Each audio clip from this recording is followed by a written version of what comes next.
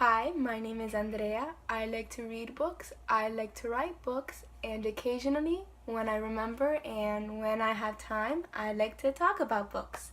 And today I'm going to be talking about An Absolutely Remarkable Thing by Hank Green. This is just the dust jacket because I lent the book to my sister so I can have someone to talk about it with. Let's see if she actually reads it. I don't know. So yeah, this review is probably going to contain some mild spoilers, so if you haven't read the book yet, I suggest you go do so and then come back. First, I want to apologize that the lighting is terrible, and also I have my notes down here, so if you see me looking down, I'm probably just checking my notes. I gave this book 4 stars, and the only reason I didn't give it that 5th star is because I'm just not completely sure yet that it's up there with my absolute favorite books, and usually with those 5-star books, while I'm reading it, I'm already sure this is gonna be one of my favorites, but it's pretty close. For starters, I never intended on reading this book as fast and as soon as I actually did. I'm a big fan of the Vlogbrothers, so I knew that eventually I would get around to it. But from the summary alone, I wasn't all that interested in the plot, and it didn't really sound like something that I was in the mood for. I also didn't have very high expectations for this book.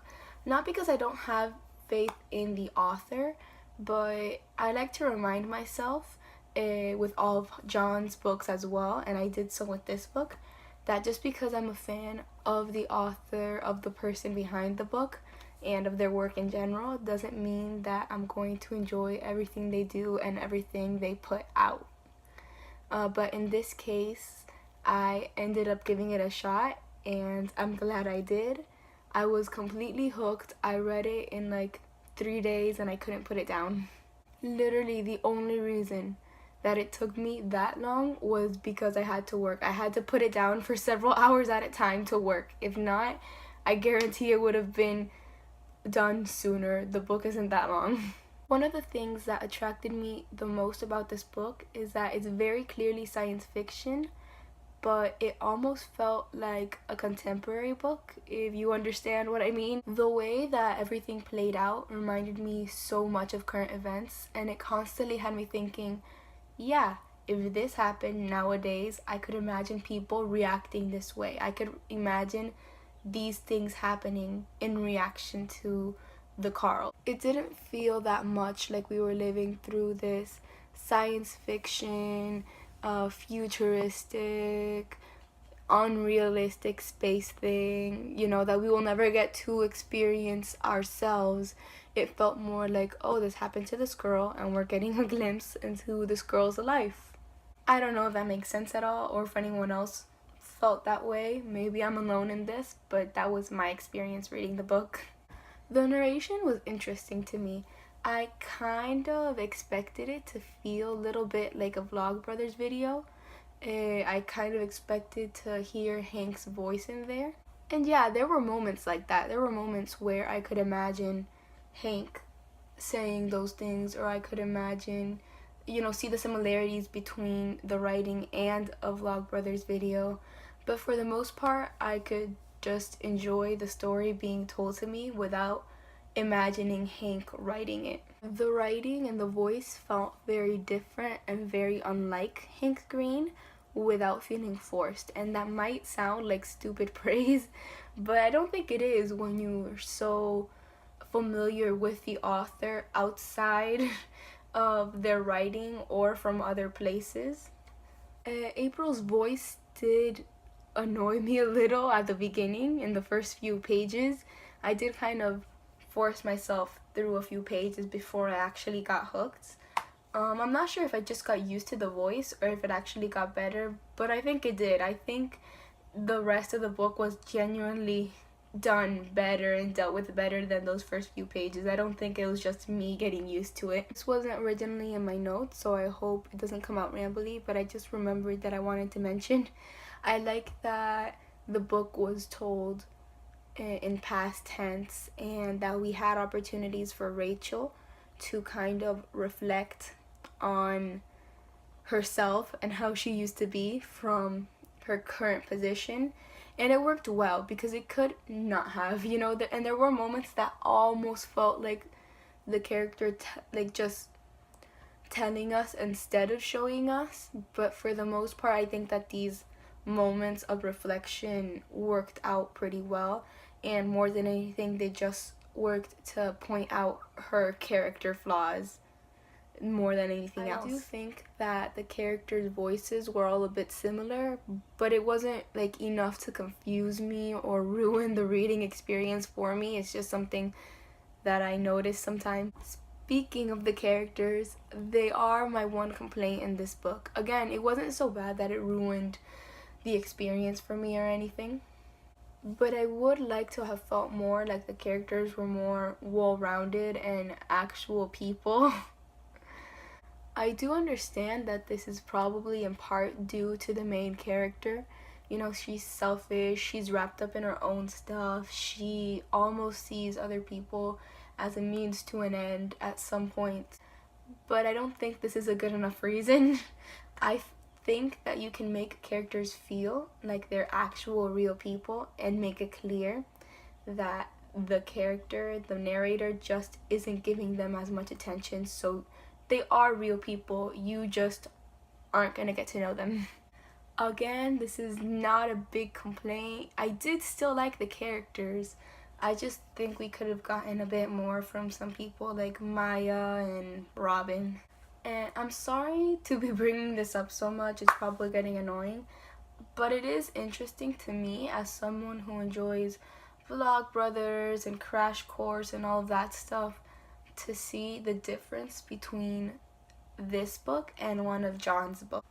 I'm not gonna bash anyone or say that one is better than the other or go too much into this. I just think that it's interesting that for years now we've gotten to see a lot of John's views in videos and also throughout his books, and now in this one we get to see some of Hank's videos that he's touched on in videos before in this format for the first time. And that even though I said it kind of feels like a contemporary, again, it's very clearly science fiction, and we do know from their other work that Hank is more science oriented, so even if you wanted to explore more human themes and his main focus was more on fame and that sort of thing, of course he was going to make it science fiction and he was going to include that type of elements in there.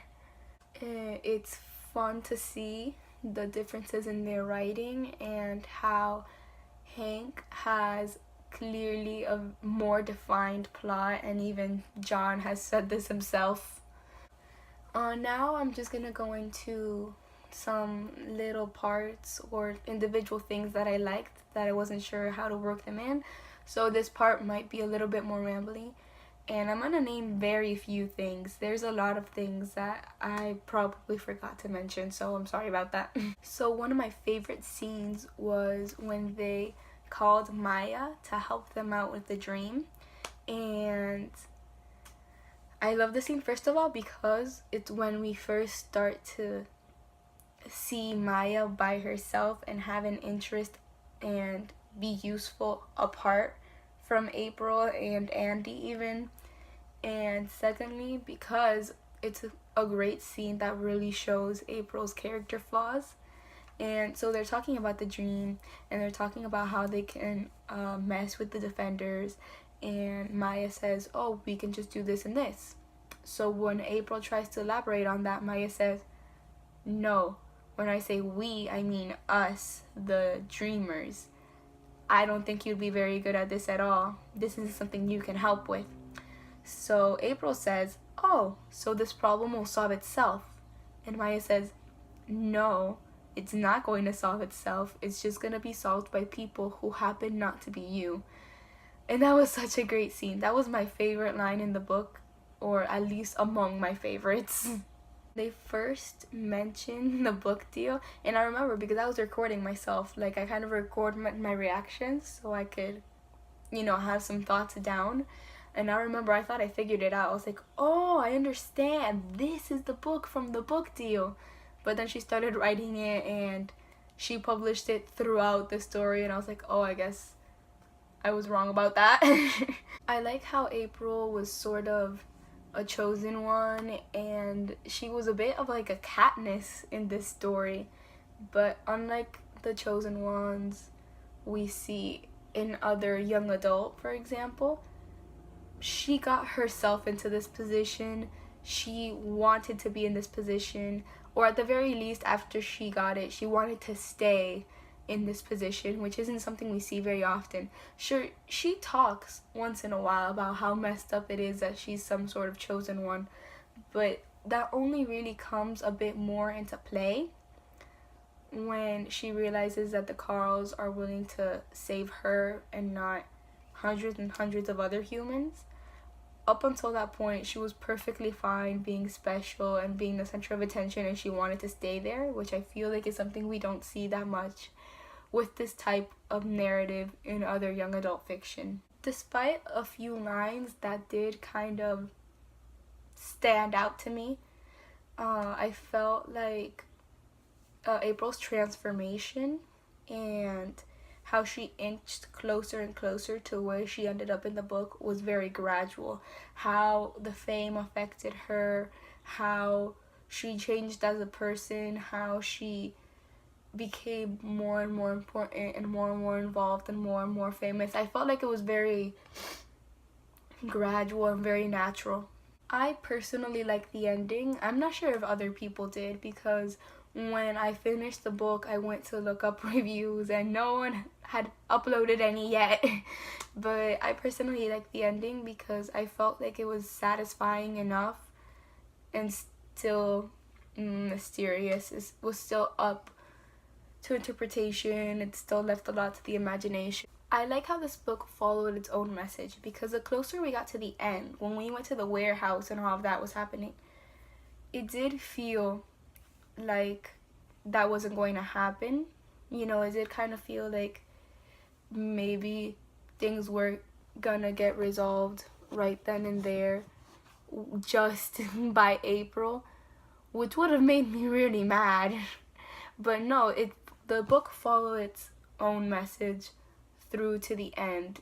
April died because, despite saying over and over again herself, the Carls want us to work together, it was obvious that she didn't truly understand that until the end. Even if sometimes she claimed she did and she seemed to start to get it, she repeated this message just because it was a good narrative that fit the dream, and it was part of her narrative to defend the Carls at all end. But she clearly still wanted to be the chosen one. She clearly still wanted to be the special one. So she went to that warehouse alone, which is why she died. And the only way that they finally solved what the Carls wanted was by her asking literally the rest of the world to do something that she herself could not do at that moment. So I liked the ending. I liked that whole resolution and that whole scene, and that even though she did help figure out the whole thing with the Carls, like, you know, she figured out that they all had to do it at once, and, you know, she gave the message that other people helped piece together a platform so that everyone could do it. She wasn't the only one who figured it out, and she did, again, die pretty unheroically and practically by herself. There were people outside trying to save her, but she was by herself with her phone, which she, again, I like this part, turned off just before she died. So I really liked all of that. And I was kind of mad at myself that I didn't figure out that it was a trap, and I didn't figure out that irony before of her going to the warehouse by herself. Again, like, I was kind of in our mindset. I was kind of caught up, like, okay, now we're gonna get to see what's the deal with the dream and what's the deal with the Carls. So I was caught up in the moment, kind of like April does. Then when we got there, when she still wasn't paying attention to Miranda, like, before she did, I noticed that something was wrong, but it still took me a while. I don't know, maybe I was alone in this, but I was kind of mad at myself that I didn't realize, again, from the message of the book, how unrealistic it was for the Carls to want April to go by herself. Even if she was some sort of chosen one, as we saw later when she was interacting with Carl, it wasn't going to be something that she could solve by herself. They made it very obvious that even when she was special, even when she was the only one who had access to the plane in the dream, you know, she still needed help. She still needed outside people. So after she fell into the trap, I was like, I'm so stupid. I really liked all of the science fiction elements in this story. Even if the plot didn't appeal to me in the beginning, after I started reading it, what kept me originally hooked was the mystery behind it, the statues, and then the dream. I thought the dream was really cool, and I like that they called, you know, that it was a dream, and that they called the people who would explore it the dreamers and the dreamer community, and that they had these forums, and I just thought all of that was really, really cool, and they were puzzles. I thought all of those elements were really interesting. I still don't know what to think of the grape jelly.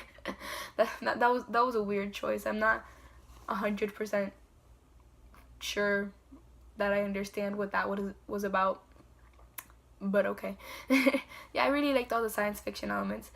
What did, you know, touch me more was the central theme about fame and seeing that up close after I had gotten into the story. But what actually hooked me was the robots and those cool little elements and the music and stuff that Hank put in.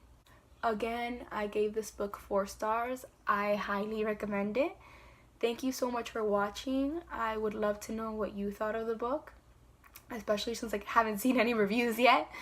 I have an Instagram dedicated to writing, at writing_through_this, and I'll see you next time. Bye.